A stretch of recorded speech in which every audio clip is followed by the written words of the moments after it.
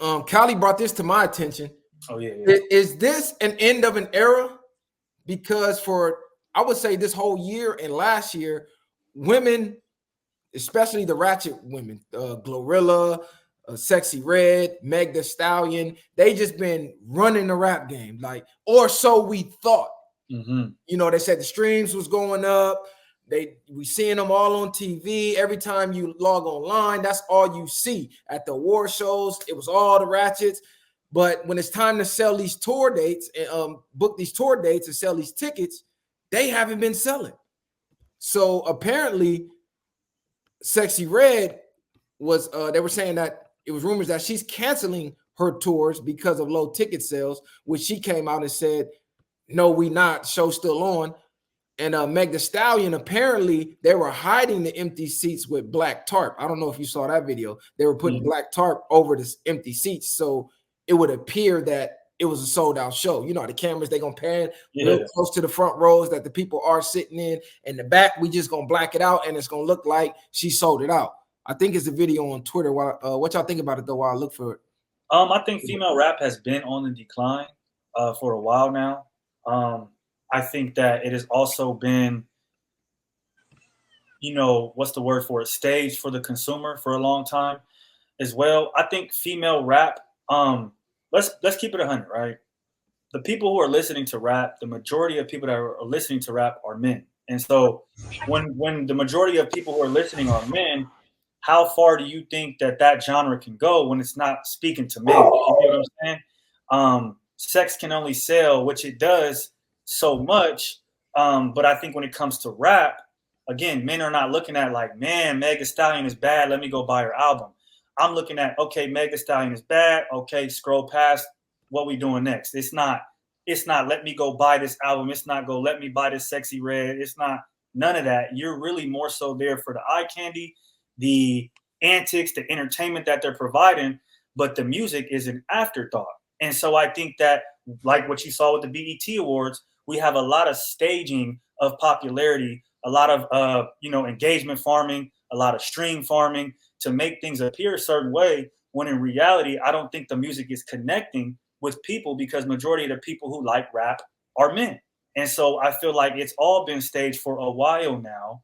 It's just finally coming to the light because somebody like Sexy Red, who you could say she's been like the rookie of the year, it's her time to have a big tour. And so everybody's expecting, you know what I mean, to show out. We've been hearing this shit fucking 24/7 since she popped out. So why aren't the tickets sold out? There is nothing, you know, that can excuse that to me or be an excuse for it. It just shows that the music don't match up with the popularity. Yeah, I might watch a 3-minute clip of you or a 30-second clip of you shake your ass on TikTok or YouTube, but I'm not going to go spend $500 to $1,000 to sit and watch you, especially after watching you at the BET Awards. Your ass could barely sing, barely dance, no breath control. You walking around worse than the rappers. Like you walking around like, come on now, we're not paying $600 to $1,000 to see that. So I think that's the place where we are right now, and I think it's finally just coming to light that female rap is not as popular as the industry likes to make it seem. It's all to push an agenda.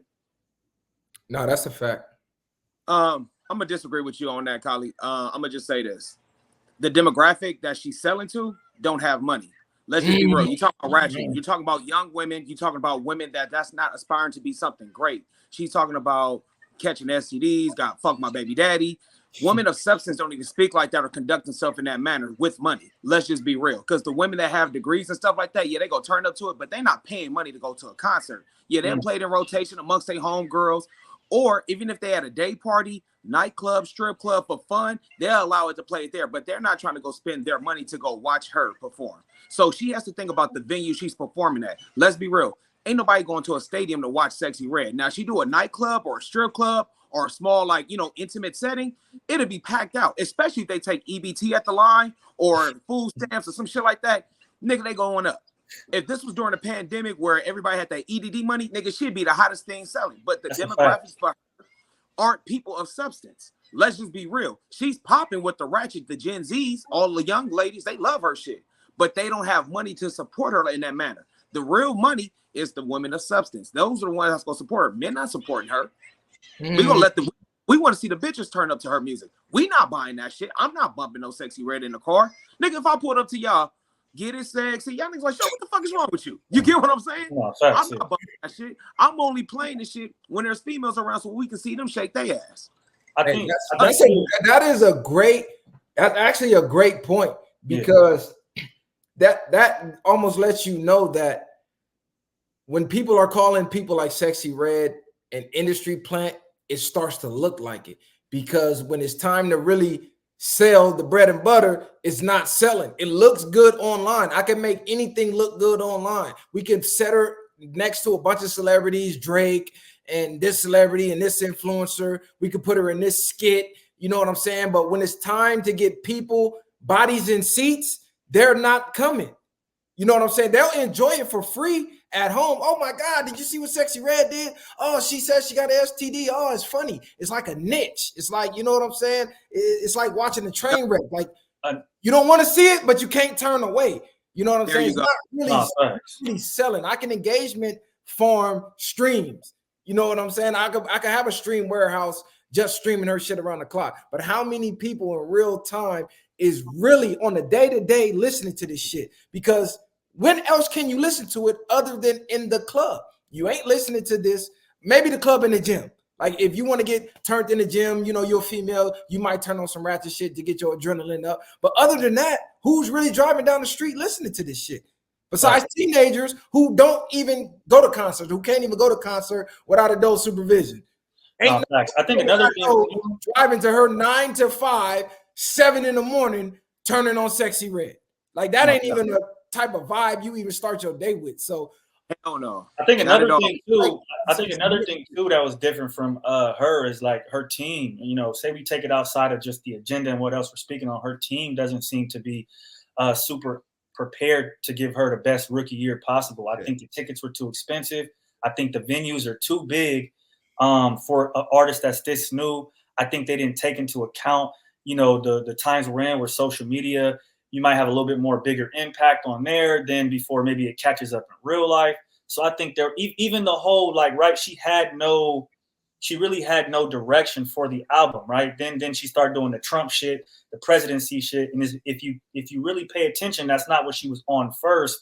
She was more so ghetto ratchet. Then she mixed it with that to make it, you know, a part of her, I feel like, rollout of the album. But I think all of that was made up very, very close to the album dropping, in my opinion. Even the Drake feature, all of those things were made up pretty early, in my opinion, and it shows. And that's also why I think she's not gonna necessarily have the best rookie year. She is about to be on what's it called, The Shop with Andre 3000. So they putting them together. I don't know if y'all saw that, but they're trying their best to give her publicity, but the music is just not matching up. This just lets you know that people want substance at the end of the day. No matter how much garbage they try to push at us and promote, the people are not receptive to it. Like somebody in the audience said, he's a social media artist. Like we're in the generation of social media artists. I watch your clip on Instagram. I watch it on Facebook. I watch it on Twitter, maybe even YouTube. But besides that, there's no real engagement with the artist. That's a fact. What interview has she had that was like a classic? Like we had artists when we came up, they went to go talk to Hot 97. We still play it today. Like you could go back and listen to the 50 verse Jim Jones or the Cam'rons, or when Jay-Z first heard Ether and he was like, oh my God, like this shit fucked my whole day. Like there were classic moments with them outside of music that didn't even have nothing to do with music, just learning them as a person. I think all she's saying is I got STDs. And we laugh and we troll, but outside of that, it's not connecting with real people because this isn't real people. This is the lowest demographic of human being that there is in our culture. It's actually a cancer, and it's a terrible representation of our culture, but they push it to the forefront to make it look like this is the majority when it's actually the fucking minority. Real women don't support this. The women that you see listening to this shit is 304 ratchet hoe bitches that can relate to her, what she's rapping about. But the real women that's in school, that's in nursing school, or You know, they got 2-3 kids. They shuffling the football practice, volleyball practice. They're not playing Sexy Red. Yeah. It's only hoe bitches. No, I think he was right too about the, you know, nowadays music is made for 30 seconds. It's made for the 13 to 30 second attention span. For the most, you know, for most new artists, all we know, like their most popular song is a 30-second clip you heard on TikTok. After that, nobody else knows any of the other lyrics. All you know is that little part you heard on TikTok, and that's it. Now, look, I think, oh yeah, go ahead. Hold on, to the point you made, because DW in the comments, he said, besides Boss Man, nobody going up like her performance-wise. And you just said her performance is trash. Yeah, I think she has a trash performance. I don't think so. This is my thing. Like I've watched. You got to watch. Even Megan Thee Stallion, for instance, right? We'll go to her. We'll go to Lotto's performance at the BET. She came off on the couch with the glass of wine. She was really spitting with live music. I feel like her performance, even Ice Spice's performance, was better than Sexy Red. Sexy Red was not even really into the mic. And so I feel like that was a big part of why the performance was off. Usually when I watch performances, people have, like Will Smith, people like that. They have great stage presence, great voice control, great breath work. They're moving the crowd. They're going from parts to different parts of the stage. They're dancing. They're interacting. I didn't really get that from Sexy Red. She comes to this side of the crowd like some rappers do that are just here to get it back and then go shake her ass a little bit and then just kind of do that. Okay, he say he talking crowd reaction. See, to me, crowd reaction doesn't make the performance good. When I think of good performance, I'm thinking of DMX. I'm thinking of Chris Brown. I'm thinking of Michael Jackson. I'm thinking of Beyonce. I'm thinking of artists who give a show. Like you left like you watched a movie. They actually rock the crowd. The only thing she's doing is walking back and forth, singing off key, off note, and doing some half-ass, sad-ass twerking every now and then. But as far as like really performing and moving the crowd and getting the crowd involved, she ain't really doing that. It's like they know the song, they know the lyrics because she's saying 5 words per song. Yeah. Get it sexy, get it sexy. I got an STD, I got an STD. Like that's it. Like that's not what I was gonna say. Yeah. Like, you know what I'm saying? No, that's exactly what I was gonna say. Is that like she doesn't really? I don't know. I don't think that, like you said, when she came out, I don't think the crowd was like, oh, she's gonna have a good performance. They was like, oh, that's Sexy Red. That's more so what to me the reaction was into the songs that they've heard, and they heard at the club or they hear on Instagram, whatever the case is. I don't think they were looking at her performance and being like, man, she's killing it. At that point, I think they was just in the crowd vibing. You know, black people, we gonna stand up, do our thing. You know what I mean? I don't think they was, again, like she had a good performance. I just think they were there and enjoying the moment.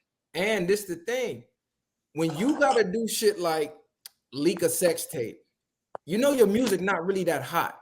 When you got to do skits like you getting your pussy ate in the White House, you're attempting to stay relevant because the music isn't keeping you relevant. If you just rely on the music and your talent musically, you're gonna fade to black because nobody is gonna want to keep listening to that shit. It's the antics that's really keeping you relevant. It's just you reaching new lows to get new highs. It's like dude that just did the nut and run, like his shit reached so high. He had to go do some crazy shit. That's like her. It's like, okay, what else can I do that's crazy? Damn, the sex tape didn't work. Okay, fuck it. I got chlamydia. Oh my God, she got chlamydia. Okay, that didn't work. Oh my God, she in the White House getting her pussy. So it's like, what's next? Standing next to Drake, that didn't really do much. That was low-key keeping Drake relevant. You know what I'm saying? And this ain't even me hating on her. This is me more so analyzing the culture going, God damn, is this the superstars that we have? No, facts. Yeah. The black women, this is terrible. Where's the MCs? Where are the MCs? Like her music is kind of like how like the Zeus Network is, like that reality TV base. It's like low vibrant, low frequency. God. I'm glad you brought that up. It's like you're feeding the negative stereotype of blacks of the baby mama, the niggas ain't shit, all that negative stereotype that comes with that low frequency. That's what she's promoting. It's like we're not all that. You know what I'm saying? We're much more than that as a people and as a culture. But they're trying to put that on Front Street as this. That's all we operate as. And I'm glad the fact that her sales are not reaching to a high, because that means we're much more than that, and we see the substance in the other rappers that we want to promote, but that we want to support, but they're supporting this shit and making it seem like it's a go. Facts. No, I think when, for instance, like kids probably ask their parents, "Hey, can I go to the Sexy?" Hell no, you're not going to that concert. Exactly. I feel like she has that reaction as well from a lot of parents.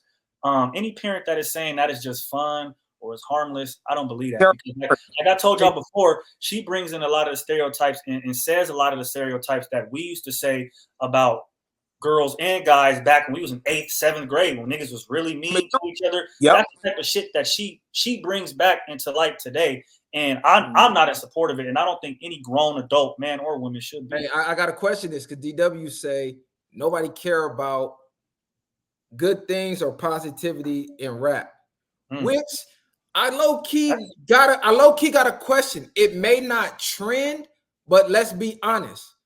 When we name the GOATs, they all made positive rap. Like they all had substance, not what's catchy or what's selling now and what could do a quick club walkthrough. I mean, when we sit back and analyze rap from its inception to now, everybody that's at the top of that list, go through their discography. They had substance. They was talking about something real. You could go from Pac, Nas, Jay. Like you could just go down the list. Even Eminem, you better lose yourself. Like, come on, bro. They all had like something of substance that was positive and was a message for the people. Now, their whole discography might have not been that, but a large bulk of it was either dropping game or uplifting the community. Yeah, they might have spoke our language and slang, but it was substance. It wasn't, I got an STD. That's never going to be considered a GOAT in nothing. Like, it's going to be here today, gone tomorrow. No, facts. But I think, again, I always go to artist development of like those artists were developed. They had better teams. They had more of a chance to grow. The whole radio thing you brought up, niggas used to hit the radio tours every time an album dropped. They used to make a video for every song. They used to do these things, these grassroots things that built them not only as an artist, but built their brand. And so now we really don't have that.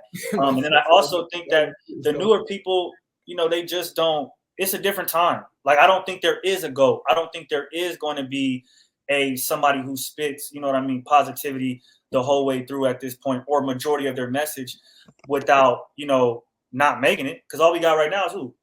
I mean, in the new generation, nobody really. Who got Kendrick? I mean, yeah, but even that, like. Hey, hold on. Because you going into the next topic. Let me put